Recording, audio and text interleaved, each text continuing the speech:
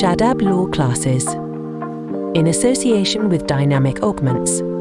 Hello everyone, आज जो हम समझने जा रहे हैं सिविल प्रोसीजर कोड का एक कुछ टर्मिनोलॉजीज जो बहुत ज्यादा यूज टू होती हैं और हमें समझना चाहिए उन्हें कि बार बार आती हैं, जैसे डिक्री होल्डर कौन होता है, जजमेंट डेटर कौन होता है, डिक्री कोर्ट क्या होता है, एग्जीक्यूटिंग कोर्ट क्या होता है। तो ये कुछ ऐसी चीजें हैं जो स्टूडेंट्स को कंफ्यूज करती हैं और इन्हीं के साथ आई थिंक मैं आज आपके ये कंफ्यूजन दूर करूंगा बहुत एक सिंपल एग्जांपल्स के साथ।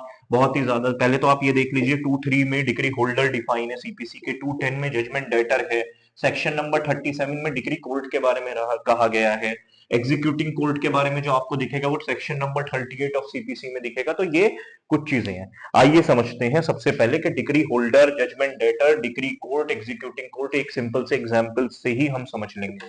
Late us understand that. मान के चलिए ए ने बी के ऊपर एक सूट फाइल किया प्रॉपर्टी को लेके। इस प्रॉपर्टी को लेके ए ने बी के ऊपर एक सूट फाइल किया है, ठीक है, कोई प्रॉब्लम की बात नहीं है, ए बी के ऊपर सूट फाइल कर सकता है, कोई इतनी बड़ी चीज नहीं, ठीक है जी, कर दिया जी सूट फाइल, ठीक है। अब कोर्ट क्या करता है, सारी चीजें सब एग्जामिन करने के बाद, सारी चीजें करने के बाद, विटनेसेस को, पूरे केस को हर्ड एंड फाइनली डिसाइड करने के बाद ये तय करता है कि ए के फेवर में जजमेंट देता है और इसके फेवर में डिक्री अवॉर्ड करता है कि हाँ भाई ए के फेवर में आई डिक्री, ठीक है।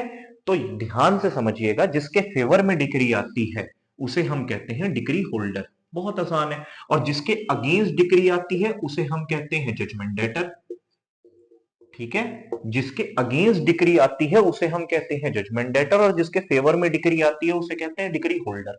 अब मान के चलिए अभी इस प्रॉपर्टी का पोजेशन जो है वो बी के ही पास है, इस प्रॉपर्टी का पोजेशन बी के ही पास है। अब ए कहेगा ना कोर्ट से कि सिर्फ जजमेंट से या डिक्री देने से मुझे थोड़ी ना चलेगा, मुझे तो इस चीज को दिलवाओ भी ना आप बी से, ठीक है। तो उस चीज को कहते हैं हम execution of decree, execution of decree. Decree तो ए के फेवर में आ गई, कोर्ट से वो डिमांड कर रहा है, ए डिमांड कर रहा है कोर्ट से कि मुझे एग्जीक्यूशन और करवा के दीजिए, ठीक है।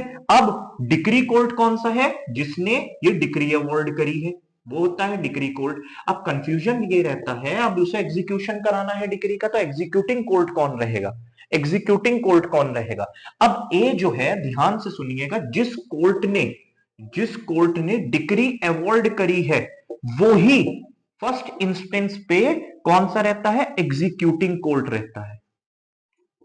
जो कोर्ट डिक्री पास करता है पहली बारी में, जो एप्लीकेशन लगाई जाती है एग्जीक्यूशन की, उसी कोर्ट में लगाई जाएगी जिसने डिक्री अवॉर्ड करी है, वो ही क्या कहलाएगा, एग्जीक्यूटिंग कोर्ट, ठीक है।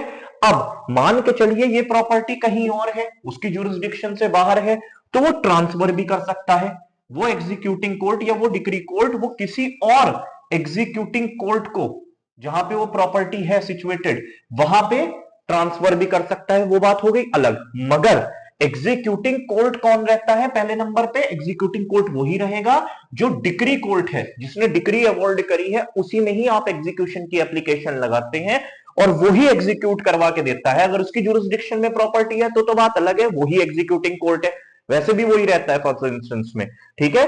मगर अगर उसके जुरिस्डिक्शन में नहीं है तो वो किसी और एग्जीक्यूटिंग कोर्ट के ट्रांसफर कर देगा, वो एग्जीक्यूट करा के आपको दे देगा। तो देखिए कितने सिंपल एग्जांपल्स से हमने समझ लिया, हमने डिक्री होल्डर भी समझ लिया, हमने जजमेंट डेटर भी समझ लिया, हमने डिक्री कोर्ट भी समझ लिया, हमने एग्जीक्यूटिंग कोर्ट भी समझ लिया। इतना कोई डिफिकल्टी है ही नहीं इसे समझने में। आई होप आपको समझ में आया होगा, ठीक है। मिलते हैं नेक्स्ट वीडियो में, ऑल द बेस्ट।